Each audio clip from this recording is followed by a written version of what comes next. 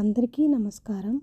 హిందూ సంప్రదాయంలో ఏడాది పొడుగునా వచ్చే 24 ఏకాదశులలోకెల్లా అత్యంత శక్తివంతమైనది, పవిత్రమైనది తొలి ఏకాదశి. ఈసారి మనకు జూలై 25వ తేదీ శనివారం రోజున తొలి ఏకాదశి పర్వదినం వచ్చింది. తెలుగు పంచాంగం ప్రకారం ఏకాదశి తిథి 2026 జూలై 24వ తేదీ శుక్రవారం ఉదయం 9:56 ప్రారంభమై జూలై 25వ తేదీ శనివారం ఉదయం 11:41 వరకు ఉంటుంది. సూర్యోదయానికి తిథి ఏ రోజు ఉంటుందో ఆ రోజునే పండుగగా పరిగణించాలనే నియమం ప్రకారం మనం జూలై 25వ తేదీ తొలి ఏకాదశిని జరుపుకోవాలి. అలాగే ఉపవాస విరమణ లేదా పారణ చేయడానికి జూలై 26వ తేదీ ఆదివారం ఉదయం 6:04 నుండి 8:38 లోపు అత్యంత శుభ సమయంగా పండితులు చెబుతున్నారు. ఈ పవిత్రమైన తొలి ఏకాదశి విశిష్టత ఏమిటంటే ఈ రోజునే సాక్షాత్తు శ్రీ మహావిష్ణువు క్షీరసాగరంలో శేషతల్పంపై సుమారు 4 నెలల పాటు యోగ నిద్రలోకి వెళ్తాడని పురాణాలు చెబుతున్నాయి. అందుకే దీనిని శయన ఏకాదశి లేదా దేవశయని ఏకాదశి అని కూడా అంటారు. తిరిగి కార్తీక శుద్ధ ఏకాదశి రోజున ఆయన మేల్కొంటారు. ఈ తొలి ఏకాదశి తర్వాతనే మనకు శ్రావణ మాసం, వరలక్ష్మి వ్రతం, వినాయక చవితి, దసరా, నవరాత్రులు వంటి ముఖ్యమైన పండుగలన్నీ ప్రారంభమవుతాయి. ఏకాదశి రోజున పూజ చేసుకొని వ్రతం ఆచరిస్తే అశ్వమేధ యాగం చేసినంత ఫలితం, 60,000 సంవత్సరాల తపస్సు చేసినంత పుణ్యఫలం లభిస్తుందని మన పురాణాలలో స్పష్టంగా చెప్పబడింది.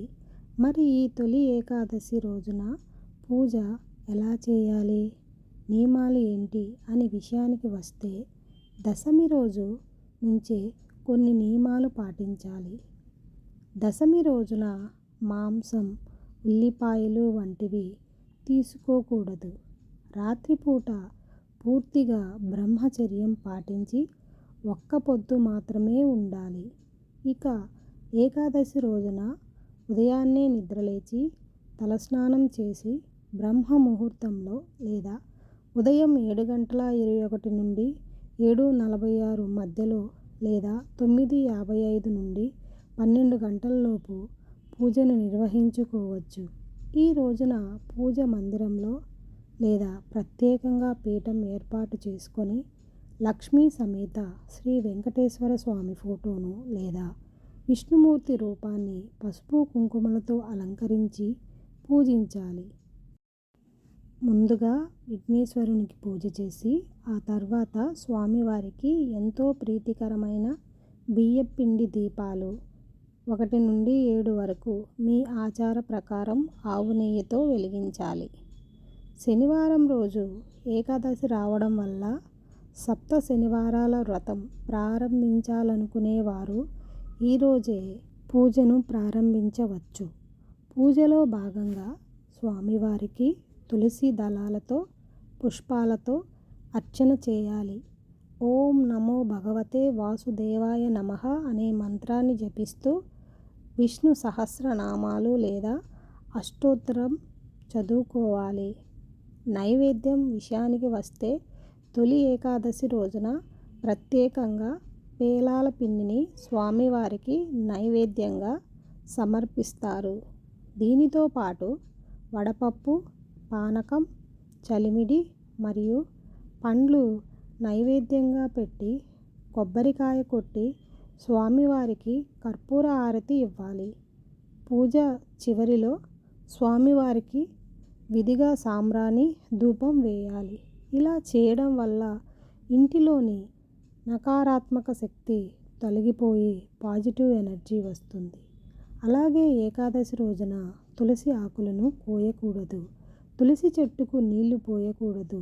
ఎందుకంటే తులసి అమ్మవారు కూడా ఈరోజు ఉపవాసం ఉంటారని నమ్ముతారు. ఈరోజు ఉపవాసం ఉండేవారు పాలు, పండ్లు తీసుకోవచ్చు. బియ్యంలో మురాసురుడు అనే రాక్షసుడు ఉంటాడని పురాణ కథనం కారణంగా ఏకాదశి రోజున అన్నం తినకూడదని చెబుతారు. అయితే ఈ ఉపవాస నియమాలు చిన్నపిల్లలకు, అనారోగ్యంతో ఉన్నవారికి వర్తించవు. మరుసటి రోజు ద్వాదశి తిథిలో ఉదయం పూజ ముగించుకొని నిర్ణీత సమయంలో ఉపవాసం విరమించాలి. ఈ చిన్న నియమాలు పాటిస్తూ తొలి ఏకాదశి రోజు భక్తి శ్రద్ధలతో పూజ చేస్తే ఆ శ్రీ మహావిష్ణువు అనుగ్రహంతో మీ జీవితంలోని కష్టాలన్నీ తొలగిపోయి ఆయురారోగ్యాలతో, అష్టైశ్వర్యాలతో సుఖ సంతోషాలు కలుగుతాయి. ఈ వీడియో మీకు నచ్చితే తప్పకుండా లైక్ చేయండి, షేర్ చేయండి మరియు మన ఛానల్ని సబ్స్క్రైబ్ చేసుకోండి. ధన్యవాదాలు.